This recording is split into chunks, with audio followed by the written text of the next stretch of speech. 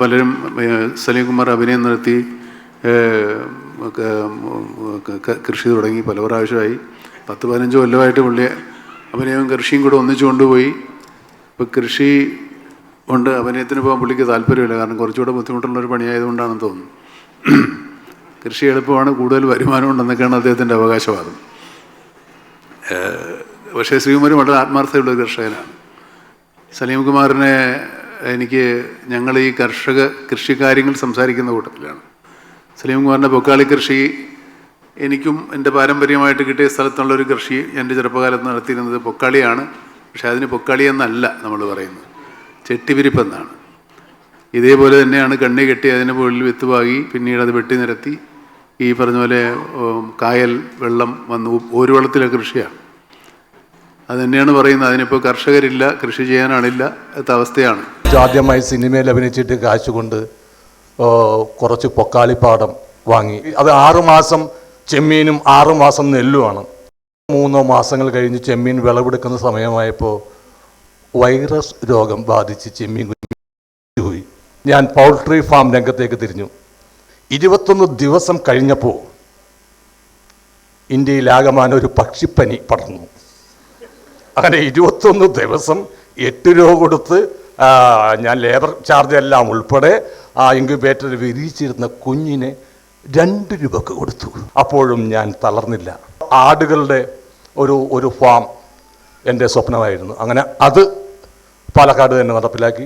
ഓരോ ദിവസവും ഫോൺ വരും, ചേട്ടാ ആ കറുപ്പുമ്മ വെള്ള പുള്ളിയുള്ള ആടില്ലേ, അത് ചത്തുപോയി എന്ന് കേട്ട് എനിക്ക് അവിടെ നിന്ന് വരുന്ന ഫോൺ പോലും പേടിയായി. പക്ഷേ എന്നാലും എൻ്റെ മനസ്സിൽ ഇപ്പോഴും ഉള്ളതിൻ്റെ പേരിൽ കുറച്ച് ആടുകളെയും പശുക്കളെയും ഒക്കെ. പശുക്കളെ പറയുമ്പോൾ എനിക്ക് വെച്ചൂർ പശു എൻ്റെ ഒരു സ്വപ്നമായിരുന്നു. അപ്പോൾ ഞാൻ മമ്മൂക്കനോട് പറഞ്ഞു, മമ്മൂക്ക് എനിക്കൊരു വെച്ചൂർ പശു വേണം.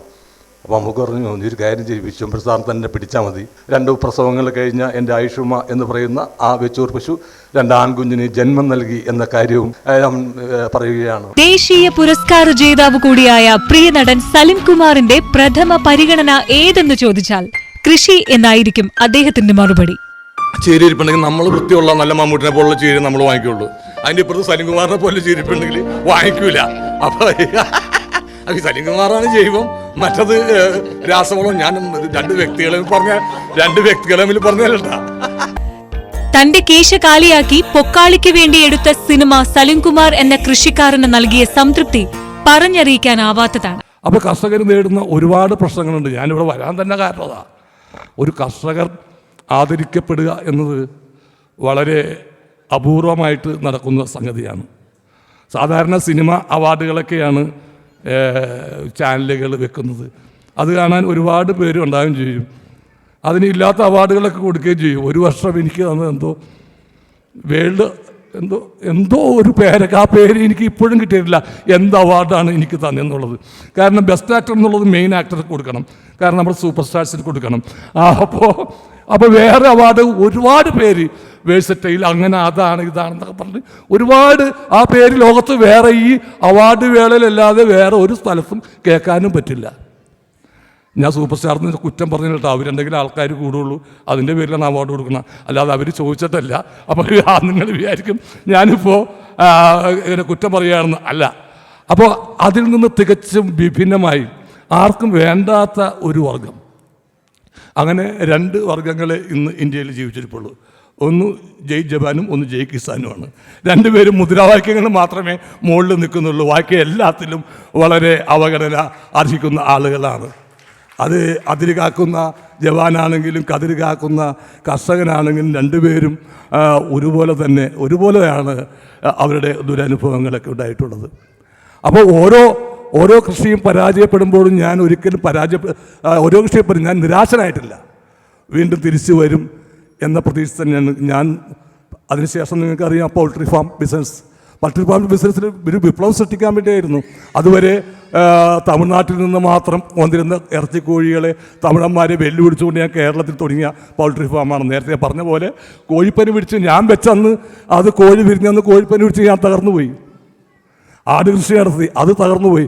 ആടുകൃഷിക്ക് ഇന്ത്യയിലുള്ള എല്ലാത്തരം ആടുകളും ഉള്ളൊരു ഫാം നടത്തി, അത് തകർന്നുപോയി. നോക്കി നടത്താൻ ആളില്ല. അപ്പോൾ നമ്മൾ ചെയ്താൽ മാത്രം, നമ്മുടെ കൈ ചെന്നാൽ മാത്രമോ ഈ കൃഷി കൊണ്ട് കാര്യമുള്ള ജോലിക്കാരെ വെച്ചാൽ ഇതൊരു ഒരു ഒരു ശമ്പള വ്യവസ്ഥയിൽ ചെയ്യാൻ പറ്റിയ ഒരു സർക്കാർ ജോലി പോലെയൊക്കെ ചെയ്യാൻ പറ്റിയ ജോലിയല്ല കർഷകപ്പണി. അതാണ് യഥാർത്ഥ കലാകാരൻ. കർഷകനാണ് യഥാർത്ഥ കലാകാരൻ. അതിനുശേഷം മാത്രമേ ഒരു കലാകാരൻ ഇവിടെ ഉള്ളൂ എന്ന് വിശ്വസിക്കുന്നതാണ്. കാരണം കലാകാരൻ ഒരു ക്രിയേറ്ററാണ്. അപ്പോൾ ഏറ്റവും വലിയ ക്രിയേഷനാണ് കൃഷി. അതിൻ്റെ അപ്പുറത്തൊരു ഒരു ക്രിയേഷൻ ഞാൻ കണ്ടിട്ടില്ല. ഏറ്റവും കൂടുതൽ കൾച്ചറുള്ള ആൾ അത് കർഷകരാണ്. കാരണം അഗ്രികൾച്ചർ, അതാണ് കൾച്ചർ. അല്ലാണ്ട് വേറെന്താ കൾച്ചർ എന്ന് വെച്ചാൽ നമ്മൾ മലയാളത്തിൽ പറയുന്ന സംസ്കാരം ഒന്നാണ്. മലയാളികൾക്ക് ആകെ ഒറ്റ സംസ്കാരത്തിനെക്കുറിച്ച് വലിയ പിടിയുള്ളൂ. ഒരാൾ മരിച്ചു, എപ്പോഴാണ് സംസ്കാരം എന്നല്ലാതെ സംസ്കാരത്തെക്കുറിച്ച് ഒരു വാക്ക് നമ്മളെപ്പോഴും പറയുന്നത് ഈ ശവസംസ്കാരത്തെക്കുറിച്ചാണ്. അപ്പോൾ സംസ്കാരം സമ്പന്നർ നമ്മുടെ നാട്ടിലുണ്ടെങ്കിൽ അത് കർഷകരാണ്. ഇപ്പോൾ സിന്ധു നദീതട സംസ്കാരം, മോഹൻജോദാര ഹാരപ്പ സംസ്കാരം എന്താ നമുക്കൊരു പിടുത്തങ്ങളുള്ള സംസ്കാരം, കുളങ്ങൾ കെട്ടി, അതൊന്നുമല്ല, കൃഷി തന്നെയാണ്. അപ്പോൾ ഈ അഗ്രികൾച്ചർ എന്ന് പറയുന്ന ആ വലിയൊരു സംസ്കാരത്തിൻ്റെ ഉടമകളായ ഇവിടെ അവാർഡ് കിട്ടാത്തവരുണ്ട്. അവാർഡ് എന്ന് വെച്ചാൽ ഏറ്റവും വലുതെന്നല്ല, അതിൽ വന്നതിൽ ഏറ്റവും നല്ലവർ അത് കണ്ടെടുത്തതിൽ. അപ്പോൾ ഇനിയും അവർക്ക് ഒരുപാട് അവസരങ്ങൾ. ഞാനും ഈ അവാർഡിന് വേണ്ടി മത്സരിക്കുന്ന ഒരാൾ തന്നെയാണ്. പക്ഷേ ഇന്ന് വരെ അങ്ങനെ എത്തപ്പെട്ടിട്ടില്ല. ഞാനും നിങ്ങളെ ഞെട്ടിക്കുന്ന രീതിയിൽ ഒരു കർഷക സ്ത്രീ വാങ്ങിച്ചിട്ടേ ഞാൻ ഈ ജീവിതത്തിൽ നിന്ന് ഇവിടെ നിന്ന് സൈൻ ഔട്ട് ചെയ്ത് പോകണമെങ്കിൽ ഞാനൊരു കർഷക സ്ത്രീ വാങ്ങിക്കും. അതിലൊന്നും യാതൊരു സംശയമില്ല. അതെൻ്റെ ദൃഢപ്രതിജ്ഞയാണ്. ഇപ്പം ഞാൻ സ്വൽപക്ഷീണത്തിലാണ്. അപ്പോൾ എനിക്കൊരു വാർദ്ധക്യം എന്ന് പറയുന്ന സംഭവം ഉണ്ടെങ്കിൽ അത് തീർച്ചയായിട്ടും ഒരു കർഷകനായിട്ട് നേരത്തെ ബ്രിട്ടാസ് പറഞ്ഞ പോലെ അദ്ദേഹത്തിന് താല്പര്യം, എല്ലാവർക്കും താല്പര്യമായി തുടങ്ങി. അപ്പോൾ എനിക്ക് യുവാക്കളോട് പറയാനുള്ളത് അതാണ്, നിങ്ങൾ കൃഷിയിലേക്ക് ഇറങ്ങി വരണം. കാരണം വരുന്നുണ്ട്, നിങ്ങൾ വിത്ത് നടന്നുണ്ട്, നിങ്ങളത് പരിപാലിക്കുന്നുണ്ട്, നിങ്ങൾ കൊയ്യുന്നുണ്ട്. അത് ഫേസ്ബുക്കിലും വാട്സപ്പിലും മാത്രം. ആ വാട്സപ്പിലും ഫേസ്ബുക്കിലൊക്കെ കൊയ്ത്തൊക്കെ നിർത്തിയിട്ട് നിങ്ങൾ ഭൂമിയിലേക്ക് ഇറങ്ങി വന്നിട്ട് നിങ്ങൾ കൃഷി ചെയ്യണം. അപ്പോൾ ഞാൻ ഈ ചേലാമ്പ്ര എന്ന് പറയുന്നൊരു സ്കൂളിൽ, നാരായണൻ നായർ മെമ്മോറിയൽ സ്കൂളിൽ പോയപ്പോൾ അവിടുത്തെ വിദ്യാർത്ഥികളെല്ലാം കൃഷി ചെയ്ത് അത് വിറ്റ പൈസ കൊണ്ട് ഈ അടുത്ത ദിവസം സ്പീക്കർ ശ്രീരാമകൃഷ്ണനൊക്കെ ഉണ്ടായിരുന്നു. അപ്പോൾ ആ ചടങ്ങിൽ ചെന്നപ്പോൾ അവിടുത്തെ പൈസ, നെല്ല് വിറ്റ പൈസ, വെന്ത വെളിച്ചെണ്ണയൊക്കെ ഈ പിള്ളേർ വിറ്റ പൈസയും കൊണ്ട് അവരുടെ ഒരു സുഹൃത്തിന്, സഹപാഠിക്ക് ഒരു വീട് വെച്ച് കൊടുത്തു എന്നുള്ള, ഞാൻ ഇതുവരെ അങ്ങനെ കേരളത്തിൽ ഒരു സ്ഥലത്തും കേട്ടിട്ടില്ല. അത്തരം നന്മകൾ മനസ്സിലുണ്ടാവണമെങ്കിൽ അത് തീർച്ചയായിട്ടും കൃഷിയിലൂടെ പെട്ടെന്ന് ആർജിക്കാൻ പറ്റാവുന്നൊരു സംഭവമാണ്. ഞാൻ ഈ ജയിലിലൊക്കെ ഇടയ്ക്കിടയ്ക്ക് പോകുന്ന ഒരാളാണ്, സന്ദർശിക്കാൻ വേണ്ടിയിട്ട് പല കാര്യങ്ങൾ. ഇപ്പോൾ 12-ാം തീയതി തന്നെ എൻ്റെ ജീവിതം ജയിലില്ല. അപ്പോൾ അവിടെ ചെന്ന് അവരെയൊക്കെ ഇട്ട്, കുറ്റവാളികളൊക്കെ ഇട്ട് ഒക്കെ അവിടുത്തെ അന്തേവാസികളൊക്കെ ആയിട്ട് പരിചയപ്പെടുമ്പോൾ ഞാൻ അവരുടെ ജോലികളും കാര്യങ്ങളൊക്കെ ചോദിച്ചു. ഒരു കർഷകനെ പോലും എനിക്ക് അവിടെ കാണാൻ സാധിച്ചിട്ടില്ല. എനിക്ക് കൃഷിയായിരുന്നു ജോലി, ഞാൻ ഒരാളെ കൊന്നു, അല്ല എനിക്ക് കൃഷിയായിരുന്നു, ഞാനൊരു കളവ് നടത്തിയെന്ന് വെച്ചാൽ ഒരാളെപ്പോലും എനിക്ക് കാണാൻ സാധിച്ചിട്ടില്ല. ബാക്കി എല്ലാ മേഖലയിലുള്ള ആളുകളും അവിടെയുണ്ട്, പക്ഷേ ഒരു കർഷകൻ അവിടെയില്ല.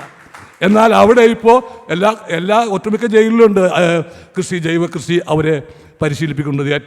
ഇത് ഞാൻ പറഞ്ഞു, ഇതൊരു ശിക്ഷയൊന്നുമല്ല, ഇതൊരു പ്രായശ്ചിത്തം മാത്രമാണ്. അതിന് ഏറ്റവും നല്ല പരിപാടി, നിങ്ങളുടെ മനസ്സിലുള്ള കളങ്കങ്ങളുണ്ടെങ്കിൽ അത് കഴുകിക്കളയാൻ ഏറ്റവും നല്ല മാർഗവും കൃഷി തന്നെയാണ്. കൃഷി ഒരു കേവലം ഉപജീവന മാർഗം മാത്രമല്ല, അതിന് ഒരു വലിയ നൂറ്റാണ്ടുകളുടെ പഴക്കമുള്ളൊരു സംസ്കാരം കൂടി അതിൻ്റെ പിന്നിൽ ഉണ്ട് എന്നൊരു കാര്യം നിങ്ങൾ വിസ്മരിക്കരുത്. അപ്പോൾ രാജഗിരി കോളേജിലെ വിദ്യാർത്ഥിനികൾ ഇവിടെ ഇരിപ്പണമെന്നറിയാം. ഞാൻ ആദ്യമായിട്ടാണ് ഈ ക്യാമ്പസിൽ വരുന്നത്. എന്ത് മനോഹരമായ ക്യാമ്പസ്, എന്ത് പച്ചപ്പുള്ള ക്യാമ്പസ്. ആ പച്ചപ്പ് ഇവിടെ നിന്നും നിങ്ങൾ പിരിഞ്ഞു പോകുമ്പോഴും ആ പച്ചപ്പ് നിങ്ങളുടെ മനസ്സിലുണ്ടാവണം. ആ പച്ചപ്പ് സമൂഹത്തിലെ നന്മകൾക്ക് വേണ്ടി വിനിയോഗിക്കണം. കൈലട്ടി അച്ഛൻ അയ്യോ എനിക്കറിയാം, മണവാളച്ചൻ. നിങ്ങൾ അത് ബ്രിട്ടാസിന് മനസ്സിലായില്ല. അച്ഛൻ മണവാളച്ചൻ എന്നപ്പോൾ ഇവർ കൈയടിച്ച് ചിരിച്ചേറ്റ കാര്യം, പുലിവാൽ കല്യാണത്തിൽ എൻ്റെ റോള് മണവാളൻ എന്നാണ്. അതാണ് അച്ഛൻ്റെ പേര് മണവാളൻ അച്ഛൻ എന്ന് പറഞ്ഞപ്പോൾ അവർ ചിരിക്കുകയും ഞാൻ ഉള്ളതിൻ്റെ പേരിലാണ്. അല്ലാണ്ട് അച്ഛൻ അവർ ഇതാക്കി ചിരിച്ചതൊന്നുമില്ല. ആ രണ്ട് ക്യാരക്ടേഴ്സും, ഒന്ന് യഥാർത്ഥ മണവാളനും മറ്റൊരു ഡ്യൂപ്ലിക്കേറ്റ് മണവാളനും വന്നപ്പോൾ ഉണ്ടായ ഒരു ചെറിയൊരു പ്രശ്നം മാത്രമായിരുന്നു. അത് എല്ലാ അച്ഛന്മാരും അതെ, മണവാളച്ചൻ ഒരാളാണെങ്കിൽ ഞാൻ കണ്ടിട്ടുള്ള അച്ഛന്മാരെല്ലാം എന്താണ് ഈ കൃഷി ജൈവ കൃഷിയിലൊക്കെ വളരെ തൽപരരാണ്. അവരുടെ അരമനകളിലൊക്കെ പല അച്ഛന്മാരെ സന്ദർശിക്കാൻ പോകുന്ന വേളയിലൊക്കെ അവരുടെ അരമനകളിൽ നിന്നൊക്കെ ഒരുപാട് പച്ചക്കറികളൊക്കെ എനിക്ക് തന്നിട്ടുണ്ട് അവർ.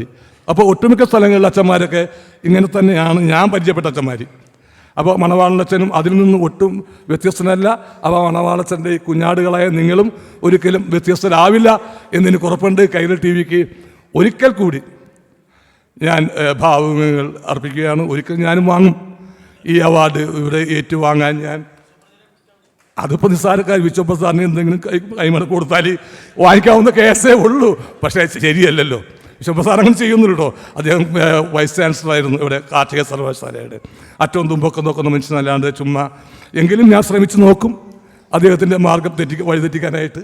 അപ്പോൾ ഒരു പ്രതീക്ഷയുണ്ട്. അപ്പം ഞാൻ അധികം ദീർഘിപ്പിക്കുന്നില്ല. ഇപ്പം ആ പശു നന്നായിട്ട് ഇപ്പം 3 കുഞ്ഞുങ്ങളായി പശുവിന്. ഒരു ആൺകുഞ്ഞും 2 പെൺകുഞ്ഞുമായി. അതുകൂടാതെ ഇപ്പോൾ എൻ്റെ അവസ്ഥ എന്ന് വെച്ചാൽ 2 വില്വാദ്രി ഇനത്തിൽപ്പെട്ട പശു. അങ്ങനെ മൊത്തം 5 പശുക്കൾ ഇപ്പം എൻ്റെ വീട്ടിലുണ്ട്. 20 ആടും ഉണ്ട് വീട്ടിലുണ്ട്. ആടുകളൊക്കെ പരിപൂർണ്ണ ഗർഭിണികളാണ്. അവരൊക്കെ വളരെ വളരെ നല്ല രീതിയിൽ ഇത് ചെയ്യുന്നു. എനിക്ക് ഒരു മാസം 6,000 രൂപ ഒരാഴ്ച 6,000 രൂപ തീറ്റയ്ക്ക് വേണ്ടി ചിലവ് തന്നെയുണ്ട്. 5 പൈസ വരാഴികയില്ല. പക്ഷേ അത് കിട്ടുന്നൊരു ആനന്ദമുണ്ട്. ആളോഹരി ആനന്ദം എന്നൊക്കെ പറയൂലേ, അതേപോലെ ഒരു ആനന്ദമുണ്ട്. ഈ ആനന്ദം ഒരുപാട് കോടി കൊടുത്താൽ കിട്ടില്ല എന്നൊരു തിരിച്ചറിവിൽ ഞാൻ സംതൃപ്തനാണ്. പക്ഷേ എൻ്റെ ഒരു കാര്യം വെച്ചാൽ എൻ്റെ വീട്ടിൽ ഒരൊറ്റ പശുവും ചത്തിട്ടില്ല, തീറ്റ കിട്ടാതെ ചത്തിട്ടില്ല. അപ്പോൾ ഞാൻ അതിൽ പല സ്ഥലങ്ങളിൽ പശു ചാവുന്നുണ്ട്, അതാണ് ഞാൻ പറഞ്ഞത്. അപ്പോൾ അതിൽ ഞാൻ സന്തുഷ്ടനാണ്. ഈ ചെറിയ സാമ്പത്തിക ബഡ്ജറ്റിലും ഒരു പശു പോലും അല്ല, പശു ചാവുന്നുണ്ട്. ഇപ്പോൾ നമ്മുടെ കേരളത്തിൽ ഇപ്പോൾ പശു ചാവുന്ന വാർത്തകളാണ് കേൾക്കുന്നത്. ഒന്നും ചത്തിട്ടില്ല. അപ്പോൾ എല്ലാം നല്ല വിശ്വംഭര സാറിൻ്റെയും ദൈവത്തിൻ്റെയും കടാക്ഷം കൊണ്ട് അവയെല്ലാം വളരെ നല്ല രീതിയിൽ പോകുന്നു. അപ്പോൾ ഒരിക്കൽ കൂടി ഈ അവാർഡ് കിട്ടിയവർക്ക് ഭാവുകങ്ങൾ നേരുന്നു. ഇനി കൃഷ്ണപ്രസാദ്, അദ്ദേഹം വളരെ കുട്ടനാടൻ്റെ ഒരു പുത്രനാണ്. കൃഷ്ണപ്രസാദ് ഒരു സിനിമാ നടൻ എന്നതിലുപരി അദ്ദേഹം കൃഷിയെ വളരെ സ്നേഹിക്കുന്ന ആളാണ്. കർഷകനാണ്, നെൽകർഷകനാണ്. നെല്ല് വിറ്റ് അതിലൂടെ പണം സമ്പാദിക്കാൻ ശ്രമിക്കുന്ന ആളാണ്. അപ്പോൾ കാരണം അത് കിട്ടിയില്ലെന്ന് അദ്ദേഹത്തിന് മാത്രമേ അറിഞ്ഞുള്ളൂ സത്യങ്ങളൊക്കെ. അപ്പോൾ ഒരു കാര്യം സത്യമാണ്, കൃഷ്ണപ്രസാദ് ഇവിടെ കൃഷി ചെയ്ത് ഒരാളും കോടീശ്വരനായ ചരിത്രം ഉണ്ടായിട്ടില്ല. പക്ഷേ കോടികളുടെ അനുഭവ സമ്പത്തും എന്താ പറയുക സന്തോഷവുമെല്ലാം കൃഷിയിലൂടെ കിട്ടുക. ഒരുപക്ഷെ ഒരു കോടീശ്വരന് അത് കിട്ടില്ലായിരിക്കാം.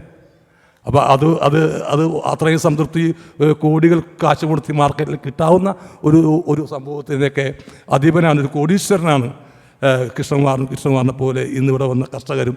അപ്പോൾ ഞാൻ അധികം ദീർഘിപ്പിക്കുന്നില്ല. ഇപ്പോൾ തന്നെ സമയം ഒരുപാടായി. അപ്പോൾ തൽക്കാലം ഞാനീ പറഞ്ഞതിനൊക്കെ പ്രസംഗം എന്ന് വിളിക്കാമെങ്കിൽ ആ സാധനം ഞാൻ അവസാനിപ്പിച്ചു കൊടുക്കുന്നു.